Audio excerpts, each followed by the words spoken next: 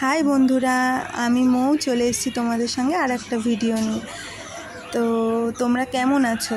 আমি তো ভালো আছি, তোমরা কেমন আছো কমেন্টসে কিন্তু অবশ্যই জানিও। তো সকালবেলা আমি আর ছেলে রেডি হয়ে বেরিয়ে পড়েছি হচ্ছে আমার বাবার বাড়ির উদ্দেশ্যে। আমার বাবার হচ্ছে গিয়ে জন্মদিন। তো দিনটা ছিল মহালয়ের দিন, এই বছর 2024-এ মহালয়ের এবার জন্মদিনে যাচ্ছে। তো বাবার জন্মদিনটা মহালয়ের দিনই আর কি সেলিব্রেট করা হয়। কারণটা কি জানো, আমার বাবার জন্ম হয়েছিল মহালয়ের দিন, কিন্তু ডেট মানে পারফেক্ট ডেটটা বলতে পারে না বাবা যে মানে তারিখটা কবে, তার জন্য মহালয়ের দিনই আর কি সেলিব্রেট করা হয়। আগে করা হতো না, তারপরে মা একবার করেছে, তারপর থেকে বাবার আর কি জন্মদিন পালন করা হয়। তো বাবা মার জন্য তো কিছু করতে পারি না, এই জন্মদিনের দিনকে আর কি প্রত্যেক বছর আমি কেকটা নিয়ে যাই। তো করতে তো অনেক কিছু ইচ্ছা করে বলো, কিন্তু পিছনে টান পড়ে যায় শুধু অর্থের দিকে তাকিয়ে। তো বাবা মার জন্য কিছু করতে পারলে সত্যি নিজেকে ধন্য বলে মনে করতাম। তো যাই হোক, বাদ দাও এসব কথা। এটা হচ্ছে আমাদের গলি, মানে পাড়ার গলি। তো এই যে প্রথম গলিটা, তার দ্বিতীয় গলিতে একটা বাড়ি, দুটো বাড়ির পরে হচ্ছে বাবার বাড়ি। তো বাড়িতে চলে এসে মাকে একটু সাহায্য করে দিয়েছিলাম, এই ভাজাভাজিগুলো আর কি আমি করেছিলাম। মা ওইদিকে আর কি সব ধোয়া টোয়া করছিল। তারপরে মা আর কি মাছটা করলো আর মাটনটা রান্না করলো। আর খেতে খেতে তবুও 3টে বেজে গেছিলো। আর আমার ছেলে যা দুষ্টামি করছে কি বলবো তোমাদের, মানে বলার ভাষা নেই। আসার থেকে যে ফোন দেখছে, এমনি বাড়িতেও ফোন দেখে। আমি না এইটা নিয়ে ভীষণ চিন্তিত আছি। তোমরা যদি সবাই বলে যে দিবি না, কিন্তু না এমন পরিস্থিতি তৈরি হয়, যারা আর কি যাদের বাচ্চারা আর কি এরকম মানে অভ্যাস আছে, তারা জানে যে কীরকম পরিস্থিতি তৈরি করে দেয়।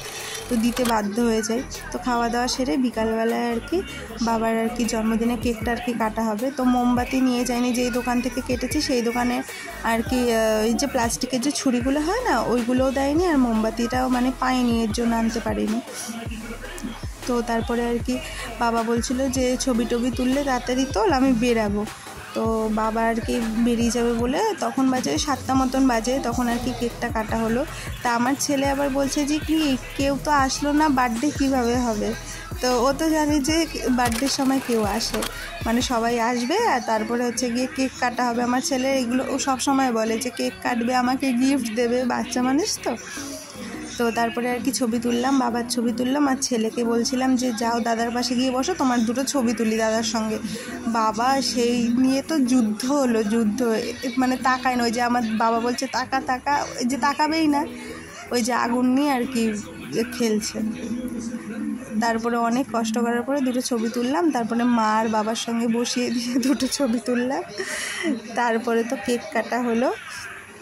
কেক কাটা হওয়ার পরে কেক খাওয়া হলো। আর প্রত্যেকবার না পিসিরা আসে, মানে আমাদের এত বড়, আমার 4 পিসি, জেঠু আছে, তারপর হচ্ছে আমার বাবার কাকার আর কি যে মেয়েগুলো আছে, মানে ওই পিসিগুলো, সবার সঙ্গে আমার বাবার খুব রিলেশন ভালো। যে কোনো অনুষ্ঠানে বললে প্রত্যেকে আসে। তা আমাদের এত রিলেটিভ হয়ে যায়, আমাদের যে কোনো অনুষ্ঠানের বাইরের লোককে মানে না আসলেও কোনো ব্যাপার না, সারা ঘর ভর্তি হয়ে যাবে, এত রিলেটিভ।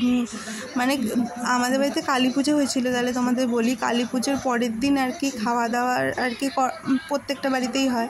তো খাওয়া দাওয়ার সময় আমাদের বাড়িতে 60 জনের মতন আমাদের রিলেটিভ ছিল বাড়িতে। তো ওটা আর বাইরের কাউকে বলতে পারিনি আমরা, মানে আমাদের এত রিলেটিভ ছিল। পরের দিনের খাওয়া দাওয়া ওরকম ওই 60 জনকে নিয়েই আমরা সেরেছি। তো এই হচ্ছে ব্যাপার। তার জন্য আমার ছেলেরা আর কি বলছে যে কেউ তো আসলো না বার্থডেতে। আর তারপরে পিসি বাড়ি আমার একটা আছে হচ্ছে পিছনে, আমাদের বাড়ির পিছনে, বাড়ির উপর থেকে যাওয়া যায়, একটা বাড়ির পরেই হচ্ছে আমার পিসি বাড়ি। তো পিসি বাড়িতে সবার জন্য কেক কেটে নিয়ে আমি আর মা পরে গেছিলাম।